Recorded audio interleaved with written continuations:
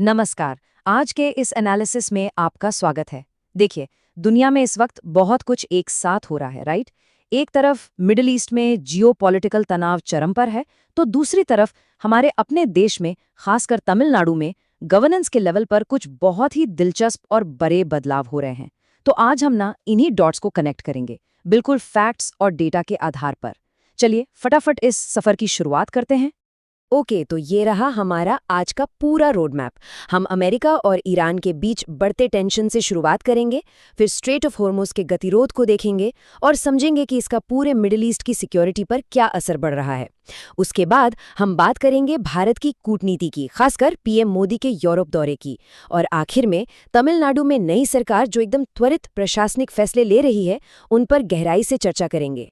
तो सबसे पहले बात करते हैं अमेरिका ईरान युद्ध के बढ़ते दायरे की। हाल ही में अमेरिका ने 38 दिनों का एक बहुत ही इंटेंस बॉम्बिंग कैंपेन चलाया है, जिसे उन्होंने ऑपरेशन एपिक फ्यूरी नाम दिया है। अब इसके नतीजों को लेकर काफी अलग अलग दावे सामने आ रहे हैं, तो आइए निष्पक्ष रूप से देखते हैं कि आखिर स्थिति क्या है। अगर हम सेंटकॉम के दावों की बात करें, तो एडमिरल ब्रैड कूपर ने अमेरिकी सांसदों के सामने साफ-साफ कहा है कि इस ऑपरेशन एपिक फ्यूरी ने ईरान की युद्ध क्षमता की कमर तोड़ दी है। लिटरली, उनके हिसाब से ईरान का 90% डिफेंस इंडस्ट्रियल बेस और नौसैनिक बारूदी सुरंगें सब तबाह हो चुकी हैं। यही नहीं, उनका ये भी दावा है कि हमास, हिजबुल्ला और हूती विद्रोहियों की जो सप्लाई लाइन थी ना, वो पूरी तरह से कट चुकी है। लेकिन पिक्चर अभी बाकी है। यहीं पर फॉग ऑफ वॉर यानी युद्ध की अनिश्चितता सामने आती है। एक तरफ सेना इतनी बड़ी जीत का दावा कर रही है और दूसरी तरफ अमरीकी खुफिया एजेंसियों का ही असेसमेंट कुछ और कह रहा है। न्यूयॉर्क टाइम्स की रिपोर्ट के मुताबिक ईरान के पास अभी भी अपनी 70% मिसाइलें और मोबाइल लॉन्चर्स बिल्कुल सेफ हैं। मतलब सेना के दावों के बावजूद ग्राउंड रियलिटी ये है कि एक बहुत बड़ा खतरा अभी भी वहीं का वहीं है। और इस पूरे संघर्ष की कीमत, जरा इस नंबर पर गौर कीजिए, $29 बिलियन। जी हां, $29 बिलियन। ये कोई छोटा मोटा अमाउंट नहीं है। ऑपरेशन के बढ़ते खर्च और जो इक्विपमेंट नष्ट हुए हैं, उन्हें रिप्लेस करने की वजह से ये कॉस्ट 25 बिलियन से बढ़कर सीधे 29 बिलियन क्रॉस कर गई है। ये हमें याद दिलाता है कि युद्ध सिर्फ मैदान में नहीं लड़ा जाता, इकोनॉमी पर भी इसकी कीमत कितनी भारी पड़ती है। चलिए, अब युद्ध के मैदान से निकलकर इस संघर्ष के सबसे बड़े इकोनॉमिक चोक पॉइंट की बात करते हैं, स्ट्रेट ऑफ हॉर्मुज़ का गतिरोध। देखिए, ये कोई आम जलमार्ग नहीं है। दुनिया भर के कच्चे तेल का लगभग 20%, यानी हर 5वां बैरल यहीं से होकर गुजरता है। अब ये जो 78 का आंकड़ा है ना, ये इस रुकावट के विशाल स्तर को दिखाता है। ईरानी बंदरगाहों के नाकेबंदी के बीच अमेरिकी सेना ने 78 कमर्शियल शिप्स का रास्ता डाइवर्ट किया है। सोचिए जरा, 78 बड़े जहाज़ों को बीच रास्ते से मोड़ना पड़ा है। ये साफ दिखाता है कि कैसे एक रीजनल विवाद पूरी दुनिया की सप्लाई चेन को हिलाकर रख सकता है। और इस बीच अमेरिकी राष्ट्रपति डोनाल्ड ट्रंप का ये बयान आता है, तूफान से पहले की शांति।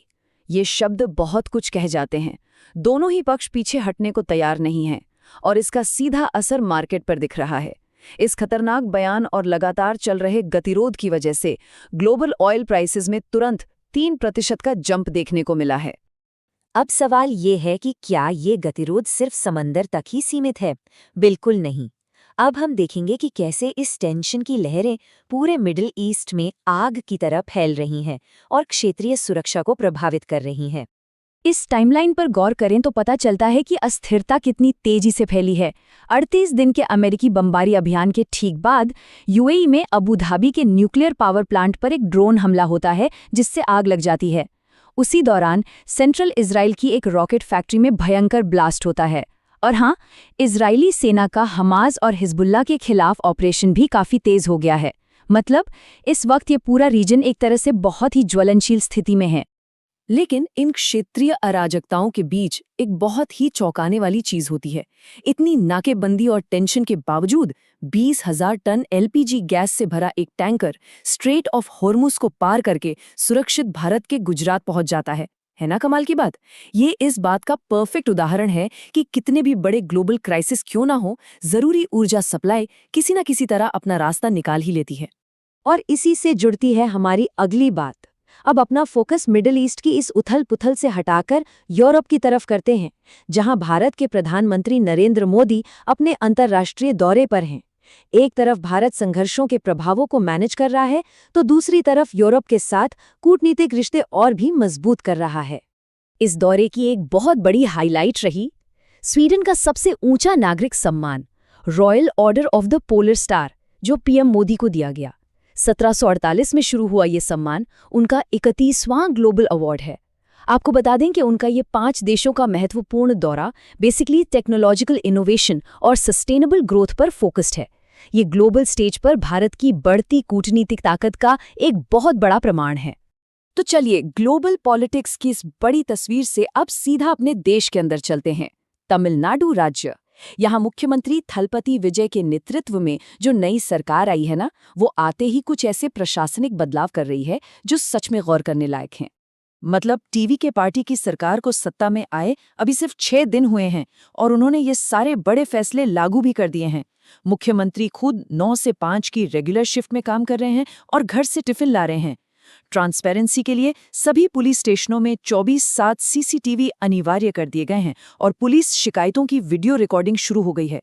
और सबसे शानदार कदम है महिलाओं की सुरक्षा के लिए सेलेम में सिंगपेन यानी शेरनी नाम की एक स्पेशल फोर्स का लॉन्च। ये सुशासन की एक बहुत ही फास्ट और डेटा ड्रिवन शुरुआत है। और ये प्रशासन सिर्फ पॉलिसी बनाने तक नहीं रुका है। जरा इस सटीक नंबर को देखिए, 717। जन कल्याण को प्रायोरिटी देते हुए मुख्यमंत्री ने सीधा आदेश दिया है कि राज्य में मौजूद टीएसएमएसई की इन 717 शराब की दुकानों को सिर्फ 2 हफ्ते के अंदर हमेशा के लिए बंद कर दिया जाए। और पता है, ये जो 717 दुकानें बंद हो रही हैं, वो यूं ही रैंडमली नहीं चुनी गई हैं। इसके पीछे बाकायदा डेटा है। इनमें से 276 दुकानें मंदिरों के पास थीं, 186 शैक्षणिक संस्थान के पास और 255 बस स्टैंड्स के करीब थीं। इसके साथ ही प्रशासन ने ड्रग्स बेचने वालों और कम उम्र के लोगों को शराब बेचने वालों पर भी तगड़ा एक्शन शुरू कर दिया है, जिसमें अपराधियों की प्रॉपर्टी तक अटैच करने के आदेश शामिल हैं। तो फाइनली इस पूरी एनालिसिस के बाद हम एक बहुत ही दिलचस्प सवाल के साथ आपको छोड़ना चाहेंगे।